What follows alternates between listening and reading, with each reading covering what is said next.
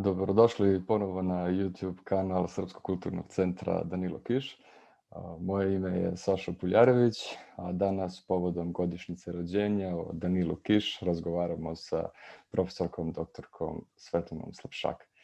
Svetlana, dobar dan i dobrodošli. Dobar dan, bolje vas našli.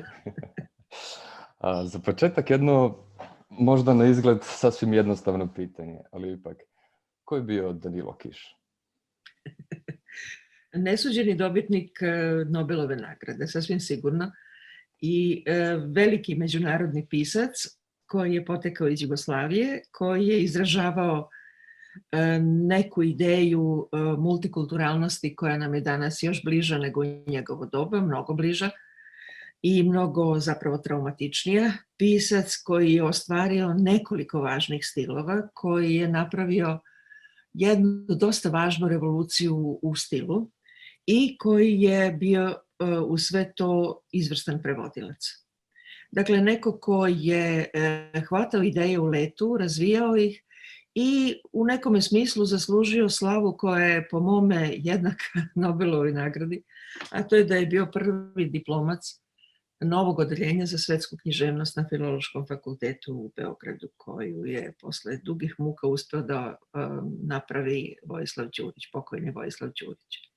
Dakle, talenat bez premca i neko ko je osjećao urbanost kao svoju osnovnu drogu i koji je istovremeno umeo da prikaže provincije, užas konteksta, užas istorije koji se događao njegovoj porodici, pa i njemu samome, i koga su naravno u njegovo doba odgovarajuće strasno mrzeli, ponižavali i na kraju uspeli da ga oteraju, da ne bi pripadao tom malom provincijskom loncu u kojem su se kuvali manje talentovani. Da, kad ste spomenuli kontekst, neke stvari koje se često javljaju u ovakvim razgovorima jeste ta njegov porodični kontekst, odnosno ta višekulturna sredina u kojoj je rođen i samo nakon toga boravak i život u Mađarskoj i naravno jevrejsko poreklo njegovog oca. Kako je sve to obeležilo njegovu poetiku? On se spotakao svoje poreklo, rekli bismo dosta rano, u doba sazrevanja u Crnoj Gori, u okolini koja je izrazito nepogodna za pravilno sazrevanje, rekli bismo, muške individue, i stoga se izvukao time što je hteo nešto drugo i što je sa priličnim naporima i bez privilegija dospeo u Beograd upravo na pravo odeljenje pravog fakulteta i tamo pokazao sve što zna. On se sa svojom porodicom, sa tragičnom sudbinom svoje porodice i svoga oca, koji je, kao što znamo, stradao, uhvatio u koštac vrlo nemilosrdno. Nemilosrdno po sebe i nemilosrdno po svoju porodicu. Nemilosrdno po kontekst, nemilosrdno po istoriju koju je doživeo u najranijoj mladosti, i to su njegovi prvi romani, koji su obeleženi jednom poetikom dotada nepoznatom u jugoslovenskim književnostima. Eventualno bi to malo podsjećalo na Ranka Marinkovića, ali ne suviše. Svakako jedna analitičnost koja je na potpuno drugom polu od Krležine analitičnosti, ali istovremeno izrazito moćna, ne manje, rekli bi, preteća, ne manje zastrašujuća, ne manje kritična, ali sa druge strane i njegovo opisivanje konteksta, neka njegova mikroantropologija trenutka, prostora je obeležila tu njegovu prvu poetiku koja je izuzetno još i danas neverovatno zanimljiva. Ona je u nekoj meri povezana sa slovenskim književnostima toga trenutka, posebno sa poljskom, posebno sa jednim piscem koga smo i zahvaljujući njemu i u okviru čitanja Kiša otkrili, to je Bruno Šulc, i još neki drugi pisci koji su prenosili kontekst na jedan potpuno nov način. Izvan realističkog opisa, izvan realističkih pravila, izvan poetike koja zahteva dodir sa stvarnošću, a istovremeno stvarnost opisuje jednim novim jezikom, jednim zapravo jezikom koji je više lirski nego bilo šta drugo. Tako da se njegovi rani romani zaista mogu čitati i kao poezija u prozi, ali kao potpuno nepretenciozna poezija u prozi, kao nekakav lirski iskaz sveta koji ga okružuje i onda iz tog sveta koji ga okružuje čitamo sudbine. Dakle, nisu sudbine u prvom planu, nego je svet, kontekst u prvom planu i onda iz toga čitamo istine. Posebno ta istina koja ga je fascinirala verovatno najviše, to je posao njegovog oca, odnosno uređivanje železničkih rasporeda. Ja? Neko utopijsko strukturiranje sveta koji je njegov otac izvodio. I to strukturiranje sveta ga je jako dugo držalo. Čak i kad je prešao u potpuno drugačiju poetiku, recimo u Enciklopediji mrtvih, opet imate tu potrebu da se stvari uzaludno, savršeno uzaludno i besmisleno stavljaju u neki red, u neku strukturu, u neki okvir koji ćemo kao razumeti, u stvari još manje razumemo nego ranije. Tako da njegova rana poetika je bila iznenađujuća za tadašnju književnost. Rekli bismo, jeste jugoslovenska književnost, sasvim sigurno je bio jugoslovenski čitan, ali u izvesnom smislu to jeste beogradska književnost, jer se upisuje i istovremeno se tvrdo odupire beogradskim kodeksima, ako hoćete, ne samo književnim, nego i društvenim, kulturnim i svim ostalim. I taj status pobunjenika unutar urbanog, koji istovremeno stvara urbano, jer u Beogradu je bilo jako mnogo pisaca koji su pisali neverovatno ruralno, nepodnošljivo ruralno u tom istom trenutku. Ja. Istovremeno je njegovo pisanje suprotstavljeno jednom stilu, jednoj modi koja je vladala u doba kad se on pojavio u književnosti. To je bila moda psihologiziranja. Ideološki ispravnog prikazivanja nekog konteksta koji je ideološki jasno opredeljen, nema nikakvog dvoumenja, ali istovremeno psihologiziranje do besvesti, rekli bismo, insistiranje na detaljima, insistiranje na psihičkim stanjima, zapravo ideološki neporočnih likova. Ja? I to je, moram priznati, bilo je prilično nepodnošljivo za čitanje. I kada se on pojavio sa svojom dekonstrukcijom psihologizacije, to je bio zaista udarac za čitaoca, pozitivan udarac, koji nas je zapravo vratio nekome odnosu prema književnosti koji nije bio opterećen ničim. Ja? On je zaista neopterećen. U njegovim ranim romanima nema ni pritiska na ideologije, niti bilo čega drugog, niti traženja konteksta, ničega što bi obeležavalo tadašnju književnost. Tako da je stvarno bio izrazito revolucionaran, a moju generaciju je zaista potresao teškim električnim udarom 74. godine kada je izdao svoj čas anatomije. Jer čas anatomije je zapravo bilo obračunavanje upravo sa tom lažnom poetikom. I sa tim psihologiziranjem bez osnove i u toj knjizi je on postavio jednu tvrdu poetiku zapravo, mnogo tvrđu nego ranije, koja se ne čita imanentno u njegovim romanima, ali se pojavljuje kao program jednog novog pisanja koje je onda nastavio i ta njegova poetika se sastoji pre svega i potpuno neočekivano u poštovanju pravila. U poštovanju pravila onoga što bismo nazvali klasičnom poetikom. Dakle, pisati, ako ikako moguće, bez grešaka. Bez grešaka u stilu, bez upada prostakluka, odnosno prostoga duha, ja? Ne prostakluka, opsenosti u pravom smislu reči, jer sa opsenošću je manipulisao savršeno. To je recimo ta njegova antologija bezobrazne poezije, jel? Koji je neverovatno dobro prema francuske bezobrazne poezije. Dakle, u toj knjizi on zahteva pravila. Dakle, da pisac pravilno piše, po pravilima određene klasične poetike. Klasičnom smislu francuske poetike, preciznost, jasnost, nepravljenje stilskih grešaka i retoričkih grešaka i gramatičkih grešaka isto tako. Zatim zahteva nešto što je zaista sasvim izuzetno, zahteva vladanje zapletom. Vladanje zapletom je veština koju jako mnogo književnika još i danas ne ovladava. Bilo da jednostavno ne umeju, bilo da to proglašavaju svojom poetikom. Tako da veoma često i danas savremeni romani postaju, kako bih rekla zlobno, nekorisno besmisleno blebetanje. I ako hoćete baš primer, evo Svetislava Basare koji je upravo dobio Ninovu nagradu za jedno tako besmisleno blebetanje, jel?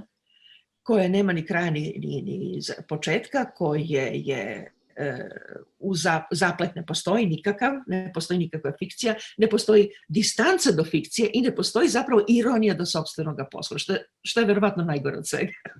Dakle, treći zahtev Kišov bio je upravo to, ironija, samo ironija.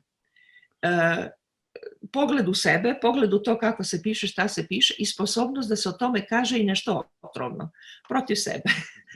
U tome je dao neverovatnu lekciju. Kaže, moja generacija je bila potpuno potresena kad se pojavila ta knjiga. Bilo nam je jasno gde živimo, bilo nam je mnogo jasnije i ako hoćete neposredno i posredno, bilo nam je jasnije kako na nas utiče neki ideološki kontekst koji stvara takvu književnost, prilagodljivu, pokornu književnost koja se diči nekakvim lažnim artizmom. Istovremeno je to bio njegov zahtev da otkrije nove teme. I on je to zaista uradio. On je posle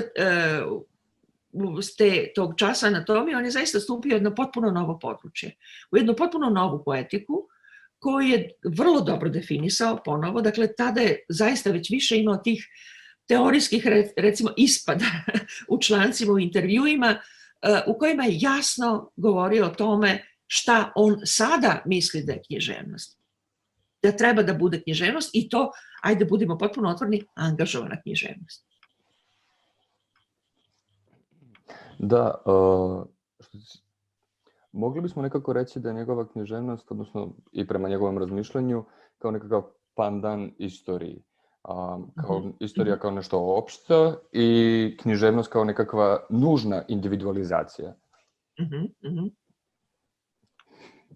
Da, jeste u nekom smislu. Grobnica za Borisa Davidovića je upravo to. To je upad književnosti u istoriju, ali na jedan veoma specifičan način. Naravno da je bio sasvim sigurno, ne samo kao i mi svi u to doba, bili smo direktno opsednuti sovjetskom književnošću, odnosno disidentskom sovjetskom književnošću i kulturom. Ona se u Jugoslaviji pokazivala mnogo neposrednije, mnogo više i mnogo češće nego bilo gde drugde. Dešavalo se da su u Jugoslaviji prevodili dela sovjetskih disidenata pre nego što bi se bilo gde pojavila, pre nego što bi se pojavila u Sovjetskom savezu obaška, ali pre nego što bi se pojavila i na zapadu. Prvo su se pojavljivala kod nas. I ja se veoma dobro sećam svojih ruskih kolega i drugih kolega iz Sovjetskog saveza koji su dolazili na kongrese i koji su trčali po beogradskim knjižarama i tražili te knjige koje naravno tamo nisu mogli dobiti. Jel? Tako da vrlo često su stizale u rukopisima i onda se po prvi put objavljivale kod nas. Tako da je Jugoslavija bila neko stecište, ako hoćete, neki centar za disidentsku kulturu celog istočnog bloka, jer smo istovremeno objavljivali češke disidente, poljske disidente, mađarske disidente. Jel? Sve to se objavljivalo u Jugoslaviji, ako ne pre bilo koje druge pojave, onda sasvim sigurno prva i tome slično. Dakle, bila je neka atmosfera u kojoj je Danilo Kiš prepoznao mogućnost da kritikuje totalitarnu ideologiju po sebi. Ne svaku ideologiju, totalitarnu ideologiju, jer je ostao čvrsto pri svojim principima koje je očigledno usvojio u svom prevođenju i u svom studiranju na opštoj književnosti, koji su se zapravo zasnivali na francuskom racionalizmu i na prosvetiteljstvu. Ali onda upravo na tim primerima iz Sovjetskog saveza, iz disidentstva, pokušao i uspeo da prikaže suštinu ideološkog pristupa, suštinu ideološkog pritiska na ljude. I u Borisu Davidoviću to je više nego očigledno. To je revolucionar sa čijim se ciljevima, u čije ciljeve Kiš ne sumnja. Dakle, on ne postavlja pitanje šta on to misli. I on ne postavlja pitanje zašto on to radi. Jasno je zašto on to radi, on to mora da radi, on je revolucionar. Ali pokazuje kako se taj, ako hoćete, revolucionarni idealizam, šta se njemu dešava u pravome svetu, u realnom svetu. I to je zastrašujuća slika. Jedna od zaista najviše zastrašujućih slika koje uopšte znam. Isto toliko uspešna ili možda čak i uspešnije od nekih disidentskih dela koja su, kao što smo videli, posle uspela da se konzervativizuju. To je recimo delo Solženjicina. Jel? Za razliku od Šalamova ili za razliku od Harmsa, koji su dali drugačije primere borbe sa ideologijom, Kiš je upravo išao tom linijom, drugom linijom. Ne linijom Solženjicina i samosažaljenja i patrijarhalnog odnosa prema svetu i u dosta jasnoj meri hrišćanskog pravoslavnog odnosa, dakle na tragovima velike ruske tradicije. Ne, Kiš je išao u potpuno drugom pravcu ovih drugih, avangardnih, drugačijih, poluludih autora. I u tome je bio neobično uspešan. Sećate se da je Grobnica za Borisa Davidovića doživjela nekoliko pozorišnih predstava, bila je izuzetno uspešna u osvešćivanju ljudi, dala je ljudima primer koji ne potiče iz realnosti, nego iz čiste, dobro postavljene, dobro objašnjene književnosti. Dakle, književni primer koji obrazuje ljude. U tom smislu je Danilo Kiš zaista prešao u jednu drugu poetiku u kojoj obraćanje publici bilo namenjeno vaspitavanju građanstva. Vaspitavanju građanske svesti. I to je u tom svom delu neverovatno uspešno izveo. Dakle, slike koje se pojavljuju u Borisu Davidoviću su nezaboravne. Vi ih pamtite celoga života. Kad ste jedanput pročitali Grobnicu za Borisa Davidovića, slike se pojavljuju i gomilaju i ostaju za sva vremena. Jel? Kao opomena za bilo koju buduću situaciju u kojoj biste imali dodir sa nekom totalitarnom ideologijom, recimo danas. I tekako poučno. Dakle, u tom smislu je njegov prelaz na novu poetiku bio veoma buran. Odmah su ga napali, naravno. Odmah su iskoristili mogućnost da ga isključe. Odmah su iskoristili mogućnost da on nije to. Odmah su ga optuživali za besmislene stvari kao što je falsifikat i tome slično. I on se našao u situaciju u kojoj je morao da se brani, a to nije hteo. I onda je umjesto da se brani izabrao bolju mogućnost i otišao. Tamo gde je imao više mogućnosti da radi i tamo gde je onda konačno bio na putu da napravi još nekoliko sličnih dela. Nažalost, to što znamo, nije dočekao to dragoceno vreme u kojem bi još potpunije uradio svoj program. I tu se onda pojavlja Enciklopedija mrtvih. Početkom 80. godina, koja je doživela najgore napade, koja ga je i psihički i fizički skoro uništila, ali koja je, kako danas čitamo, zaista jedno genijalno delo, koje sjedinjuje obe njegove velike poetike, koje se međusobno ponekad sudaraju i u kojoj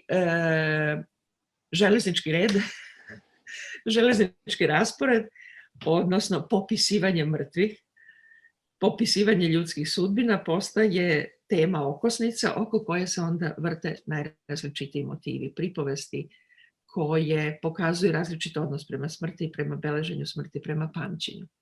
I zapravo je najveća tema te knjige u kojoj su nanovo objašnjeni biblijski motivi, nanovo objašnjene popularne priče, neke urbane legende, opet neke priče iz disidentstva.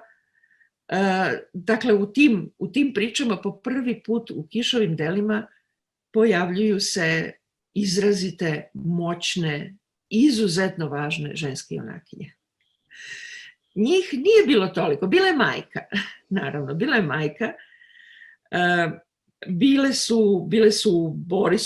je Borisova ljubav, Borisa Davidovića, ali žene koje se pojavljaju u Enciklopediji mrtvih su nešto sasvim posebno. To je ona zaljubljena revolucionarka, to je junakinja, njegova supruga, čiji otac umire i od te smrti, od simbolike te smrti započinje cela priča. To su još neke druge junakinje koje se pojavljaju, mati heroja koji treba da umre i tako dalje i tako dalje. Dakle, puno je izuzetno zanimljivih, moćnih, višestranih, uzbudljivih ženskih likova. Tako da je Enciklopedija mrtvih u tom smislu zaista sasvim izuzetno književno delo koje pripovedi uspešno uključuju u jednu celinu, u jednu tematsku celinu. To je dosta težak posao. Jako je teško praviti fragmente, ne zato što ne umeš da napraviš zaplet, nego naprotiv, zato što hoćeš da napraviš zaplet koji se zasniva na jednom drugom sistemu, na jednom drugom nivou značenja. I on je to uspeo u Enciklopediji mrtvih. Tako da, posle njega je na sličan način pisala zapravo Dubravka Ugrešić. Premda možda na prvi pogled ne vidimo direktnu vezu, ali ona recimo u Lisici najnovijoj koristi upravo taj metod, iz jednog višeg zapleta, iz jednog drugačijeg zapleta izvlače fragmentarne priče koje uklapa u knjigu koja je roman na kraju krajeva. Da, kako ste već spomenuli, znači te 65. godine kada je objavljena Bašta pepeo, pa zatim Pekićevo Vreme čuda, pa Kovačeva Moja sestra Elida, to označava nekakav širi poetološki preokret, ajde da kažemo, i to znači doživljava kulminaciju sa Grobnicom. Ako se ne varam, sećate se tačno kad ste prvi put pročitali Grobnicu? U vozu između Beograda i Ljubljane. Ne, odnosno obrnuto iz Ljubljane u Beograd. Tada je Sava Ekspres nije imao kupaja, nego imao vagone koji su bili celi. Ja sam bila sama u celom vagonu i čitala sam taj roman i zaista sam potpuno pala, što bi se reklo, na tu književnost. I desilo mi se i to da sam neku godinu, u stvari iste godine, kad je bio sajam knjiga, odnela sam tu knjigu na sajam kad je bio Danilo Kiš, zamolila da mi da svoj potpis i naravno okrenula knjigu na opačke. I on je rekao, ovo je najbolji način da se knjiga obeleži, i zapisao na opačke svoje ime. Ali to je zaista bio neverovatan događaj. Meni se otvorio mi se ambis, ajde da kažemo to, ambis se otvorio ideološke torture. Stvari su mi postale mnogo jasnije, ali ne na način kako je to dosta često i neuspešno radila književnost u to doba. Tako da se recimo pojavljivala su se književna dela i sećanja koja su bila zapravo loše napisana. To je bio osnovni problem. Veliki problem. Šta da radimo? Verujemo, pisu i plačemo ili tražimo bolju književnost? Ja sam bila za ovu drugu varijantu. Tako da, to je bio neverovatan skok. I drugi veliki skok bilo je naravno Vreme čuda. Vreme čuda Pekićevo, koje je bilo do te mere korozivno, do te mere uništavajuće, da zaista nije, posle čitanja njegove knjige, jednostavno nije bilo mogućnosti da se čovek iskreno okrene bilo kojoj veri, bilo čemu što bi bio sistem u koji si prinuđen da uđeš, pa si kao pokoran posle toga. Ne, to je zaista bilo nešto potpuno neverovatno. Oni su naravno bili prijatelji i Kovač isto tako, to je bio uspešni trio koji je zaista rušio neka merila i neke lažne poetike i kao takav veoma uspešan. Pekić je, kao što znate, docnije napravio veličanstveno delo Zlatno runo i još nekoliko dobrih romana uz to, ali je nažalost pred sam kraj života bez ikakvog razloga pao upravo u jednoverje. Upravo u ono što je na samom početku svoje karijere obećao da neće učiniti. I naterao nas da i mi to ne učinimo. Što se Kovača tiče, on je zaista se razvio na jedan potpuno neočekivan način. Na početku sam ga malo teže čitala zbog naturalizma, ali posle je taj naturalizam isto tako izrastao u jedan novi sistem. To su bili uspešni pisci. Pazite, oni su, Kovač i Pekić su u to vreme pisali, Kovač je pisao scenarije za filmove, za državne, drugih nije bilo. I pisao uspešne scenarije zato što je znao kako da napravi zaplet. Ja. Tako da to su bili ljudi koji su zaista bili prisutni u kulturi, koji su delovali, koji su aktivno govorili svoje misli, izdavali svoje knjige, nisu sve bile zabranjene na svu sreću. Tako da je ta stvar jako, jako blagotvorno delovala na kulturu u to doba. Zaista blagotvorno. Ja? I ja se sećam jutra juna 68. 4. juna 68. koji sam čak i snimila, ali je taj film propao, kad Pekić sa prijateljem raspravlja na dvorištu Filozofskog fakulteta dok dvorište polivaju da bi malo očistili i tako. To je bilo u vreme revolucije, u vreme pobune i tada su ti ljudi zaista predstavljali neverovatno moćan podsticaj svojim tekstovima, svojim držanjem, svojim govorom da se nešto menja. Ja? I mi smo bili uvereni da to može da se promeni, Da, upravo taj odnos, znači, nekakvog establishmenta, pogotovo posle, znači, objavljivanja Grobnice i sve te polemike oko plagiranja i to, ne znam, razmišljam da li establishment tad ipak čitao Kiša, ako uporedimo sa današnjim vremenom. O da, neki su čitali. Predviđeni kadrovi su čitali. Danas nema predviđenih kadrova. Niko ne čita. U to doba sam ja zapravo bila u centru te afere sa Kišom. Ne svojom voljom, naravno. Bila sam studentkinja klasične filologije na Filozofskom fakultetu i jednog dana mi je sekretarica fakulteta došla, odnosno pozvala me, da me zamoli da prevedem jedan tekst sa latinskog. I taj tekst sa latinskog trebalo bi da dokaže da je Kiš falsifikovao, odnosno ukrao tekst za svoj roman. Ja sam naravno odbila ponosno, premda sam tačno znala da je to samo jedna od tačaka optužnice zbog koje ne mogu postati asistent tog fakulteta. Premda sam bila izvrsna studentkinja. I odbila sam to. A to je inače bila akcija Dragana Jeremića, profesora estetike, koji je bio glavni tužilac, bismo rekli danas, u javnosti protiv Danila Kiša. Intrigu je između njih dvojice i u celoj beogradskoj javnosti vodio književnik Miodrag Bulatović. I zaista je neka odvratna okolnost, slična, odnosno ista, da su i Dragan Jeremić i Danilo Kiš umrli od raka u grlu posle toga. Ja. To je te intrige koje su se zaplitale oko njih dvojice i u celoj atmosferi, proizveli su naravno Kišovu neku nesigurnost, nestabilnost i na kraju ga oterale u Pariz. Međutim je Kiš, neću insistirati na tim stvarima, ali Kiš je posle toga imao još jednu fazu, još jednu poetičku fazu koja je izuzetno zanimljiva. Već je bio ozbiljno bolestan kada je se odlučio da putuje u Izrael i o tome je napravljen dokumentarni film. On je u Izraelu sreo nekoliko žena koje je podstakao da pišu. Posebno ženi Lebel.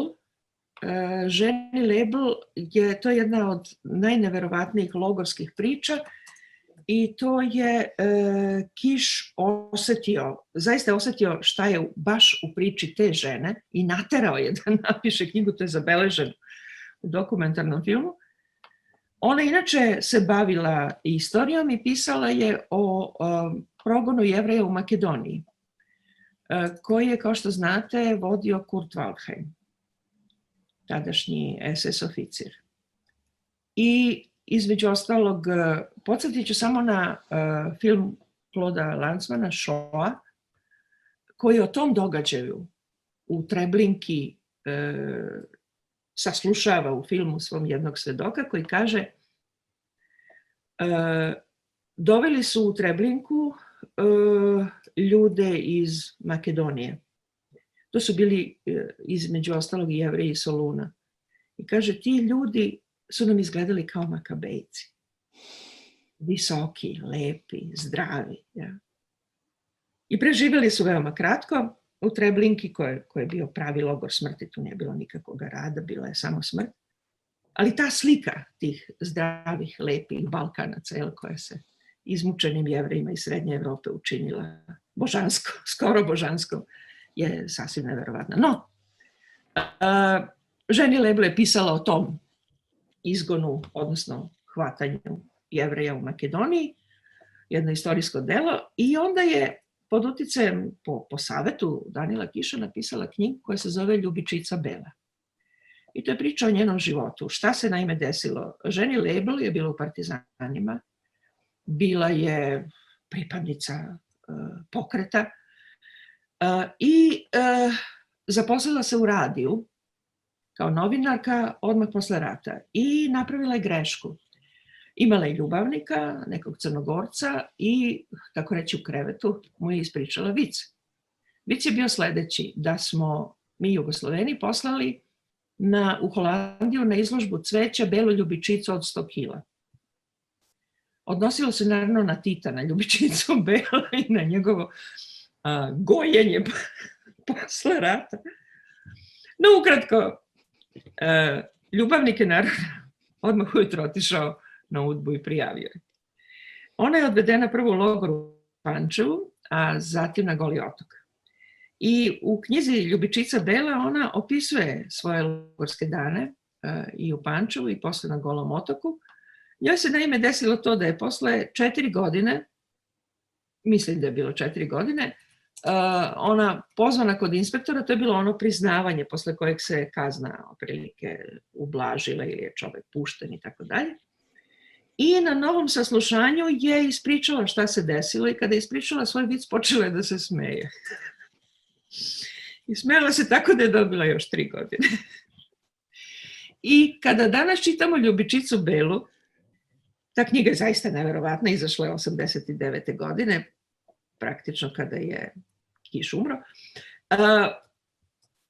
U toj knjizi je opisan logor, dakle ženski logor prvo u Pančevu, zatim na Golom otoku i u njemu ona opisuje kako su žene preživljavale. Žene su preživljavale tako što su se smejale. Smeh, solidarni smeh, to je bilo ono što ih je držalo u životu. Ja? I potpuno drugačije, taj svet je apsolutno drugačiji od muškog logora, od teških patnji, depresije, tuge i ostalog, što je naravno sve logično, ništa nije neuverljivo. Ali ipak žene su to drugačije, napravile drugačiji svet od toga. Ja? I poredite to samo recimo sa Solženjicinom, Arhipelag Gulag, i opisom ženskog logora. On kaže da je ženski logor bio nešto najstrašnije, najprljavije, najodvratnije od svega. Ništa nije bilo tako strašno kao ženski logor. Onda naravno, dakako, imamo Dobricu Ćosića koja opisuje Goli otok i tamo isto, bože, ženski logor je nešto tako odvratno, grozno, kriminalno, zločinsko, glupo, prljavo, sve najstrašnije. Dakle, imamo taj motiv da je ženski logor još gori, zato što su to gore individue. Ali kada pročitamo jedinstvenu knjigu Ženi Lebel, dobijamo sliku koja je sasvim drugačija. I tu sasvim drugačiju sliku je, da kažemo, nanjušio Danilo Kiš i naterao je da piše. Osetio, predosetio. I to je zaista, ako hoćete, jeste neki njegov neka njegova učiteljska poetika na samom kraju života. Neka njegova potreba da oformi, da još jedan put revidira svoju poetiku, još jedan put pojasni šta se sve može i još jedan put unese taj neverovatno osvežavajući element u ceo žanr koji su definisali, takozvana Jovica Aćin je pisao o logorologiji, premda je termin neverovatno trapav. Ja. Tako da govorimo zaista o još jednoj poetici koja se naslućivala i da je poživao još koji 10, 20, 30 godina, sigurno bismo doživjeli još jedan veliki preobrat, još jednu veliku lekciju. Jer on zaista, premda to nikada nije hteo da prizna, on je bio veliki učitelj i to se sećaju se njegovi studenti iz Pariza, kojima je najradije držao predavanje u nekoj kafani, ako je ikako moguće. nekoj više opuštenoj atmosferi, ali on je bio čovjek koji je verbalizovao svoje ideje, koji je umeo da precizno terminološki obradi svaki tekst kojim se bavio i koji je zaista umeo da prenese znanje. I taj prenos znanja, taj njegov, ako hoćete, didaktički aspekt, zapravo još nikad nije bio ispitivan u književnosti. Uvijek se Danilo Kiš se posmatra kao nekakva apsolutna književna vrednost, ne da bi se pokušalo pokazati kakvo je on dejstvo imao, a imao je zaista to prosvetno dejstvo, didaktičko dejstvo je bilo neverovatno moćno od časa anatomije pa nadalje. Da, i možda bismo mogli reći da je tako nekakvu ulogu imao i u Parizu sa svojim krugom književnika na koji imao veliki utjecaj. Itekako, da. Zaista, to se moglo, znate, to je ono, jedan moj rumunski kolega je u nekom projektu u kojem smo sudjelovali napisao esej koji se zvao Bukurešt na Seni. Postoji i Beograd na Seni ili Jugoslavija na Seni, kako god. Znate, u Parizu ste mogli otići u kafanu u kojoj je Tito sedeo, uobičajeno sedeo. Doduše, njegovo ime nije bilo upisano, ali Lenjinovo jeste. I ja sam u tom kafeu posljednji put vidjela Ivana Đurića, pokojnog, koji je, kao što se sećate, bio protivnik Slobodanu Miloševiću na izborima i onda je posle toga morao da pobegne u Pariz, bio je moj školski drug inače. I naravno, naredne godine je taj lokal, sjajni lokal, bio pretvoren u fast food. Kako to obično biva. Ali, izvinjam se, bila sam, kad sam u Parizu boravila, jedanput sam otišla, padala je strašna kiša, pa sam se u stvari sklonila u jednu kafanu u ulici des Ursulines, gde je često sedeo Kiš sa svojim studentima. I onda tek kad sam sela, shvatila sam, aha, ja sam tu. I uzela sam svoj filofaks i upisala program narednih 10 godina što treba da uradi. Dakle, duh mesta je delovao na mene. Ali zaista, znate, parijski kafić u kome sedite po mogućnosti napolju, ako je lepo vreme, gledate svet koji prolazi pored vas, prosto vas tera da nešto pišete. Jel? To je nešto što je opet duh mesta, jel, celoga grada, tako da dobar trenutak i dobra situacija da se nešto piše, naročito ako imate reminiscencije koje tu sve sede.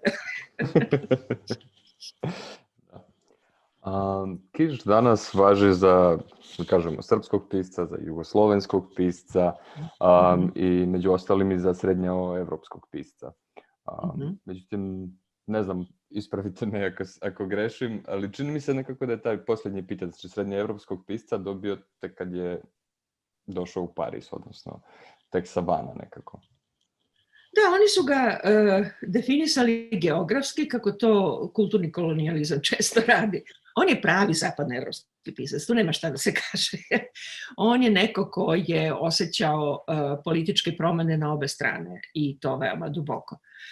Srednjeevropski pisac, meni je ta definicija, moram priznati, krajnje neprijatna. Ja ne pristajem na srednjeevropske pisce, ja pristajem na slovenske pisce. Što je mnogo šira kategorija, mnogo zanimljivija, mnogo uzbudljivija i mnogo protivrečnija. Srednjeevropski pisac, pustite to zajedno sa Handkeom iz vodu. To je koješta. Ali zato povezati Balkan i Evropu je nešto što je Kiš maestralno radio. I isto tako slovenski svet. Ja. To je, u tom smislu jednostavno međunarodni pisac. Nema šta o tome da se naročito raspravlja. Ja? Neko ko je mogao da prevodi mađarsku poeziju je međunarodni pisac. To je više nego sigurno.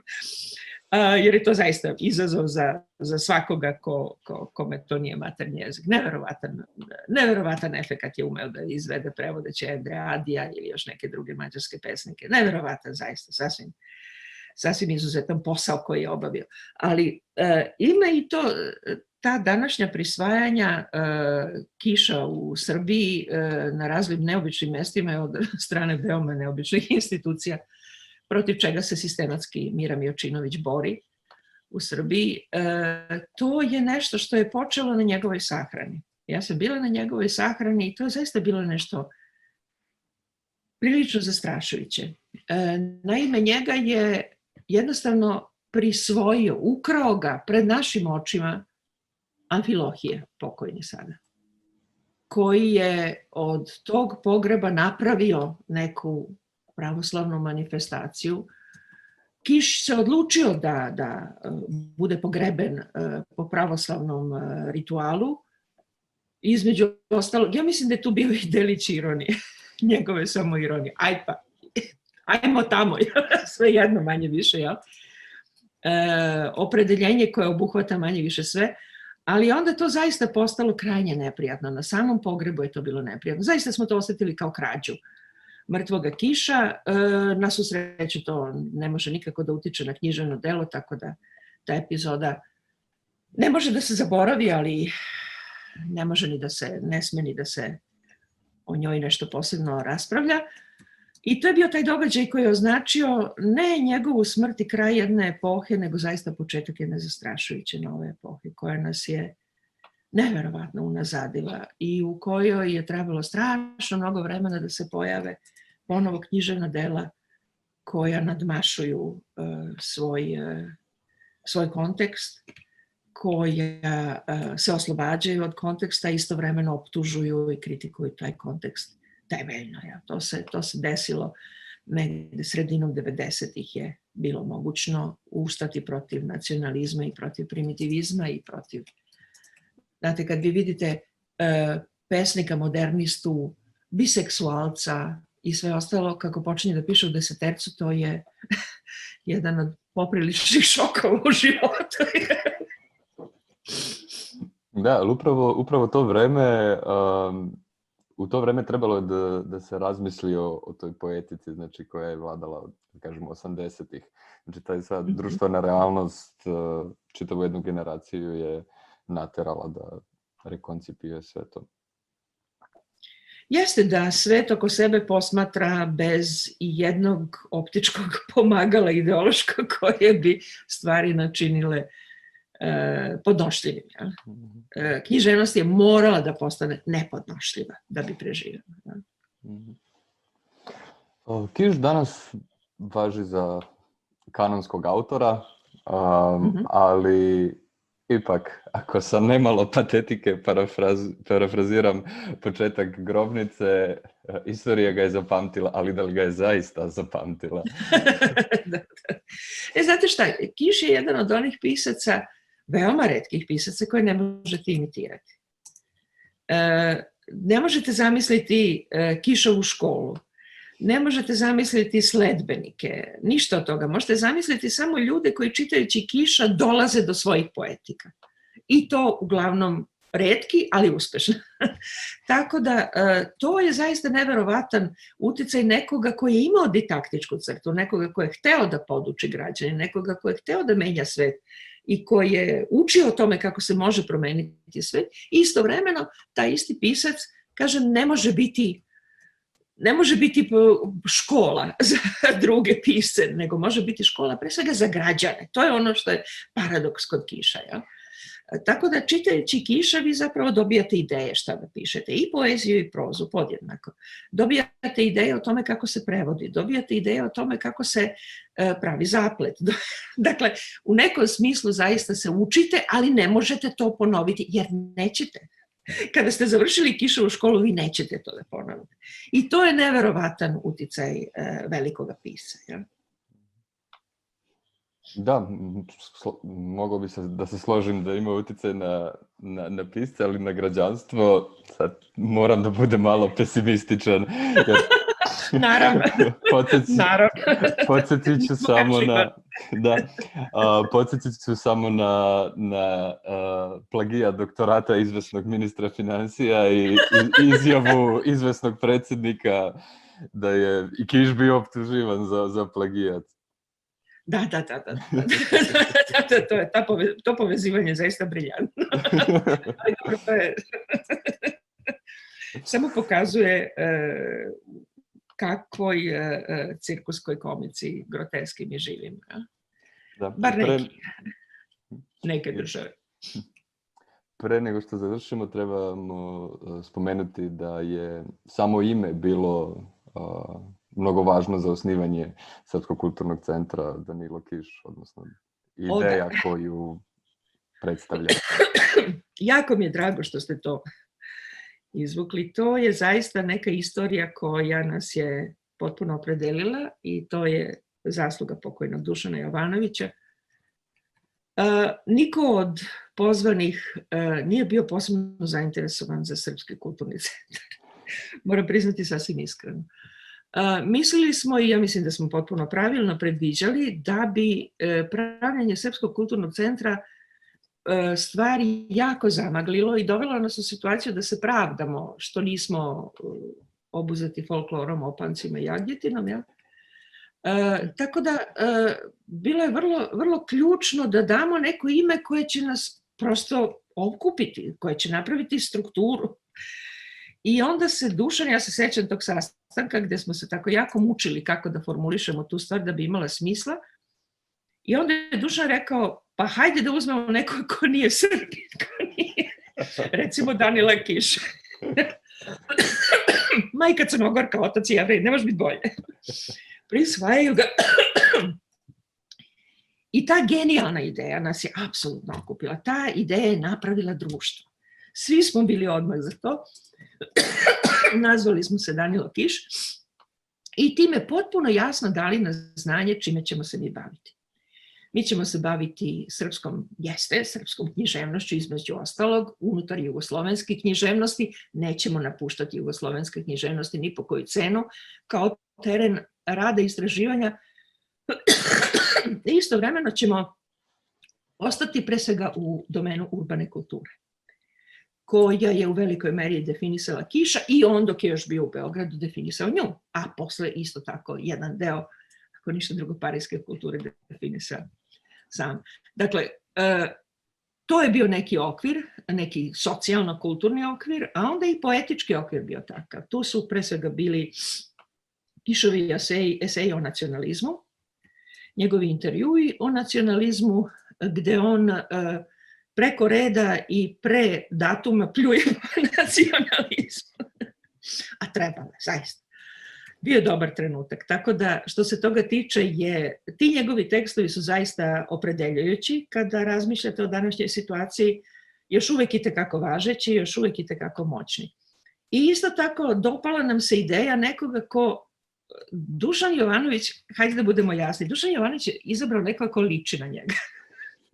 Nekoga ko je raspojasan, nedisciplinovan, peva, pleše, svira, udara u gitaru, sve živo. Dakle, neko ko uživa u životu, ko nije tipski građanin, veoma daleko od toga, ko je avangarda sam po sebi, po svom ponašanju. I taj aspekt Kišovog lika, ako hoćete, i njegove uloge u kulturi nam se posebno dopao. Da. Tako da smo, nas nekoliko smo odmah preživeli to što nije žensko ime u nazivu udruženja, jer Kiš u velikoj meri prosto zamenjuje te stvari. Nema problema sa tim, naročito u svojim pozadnjim književnim delima i uopšte ulozi sa ženi Lebli i tome slično. Dakle, nismo imali nikakvih problema da prihvatimo Danila Kiša, njegov odnos prema ljubavi, njegov odnos prema ženama, njegov odnos prema svetu. I to je bilo malo slavlje.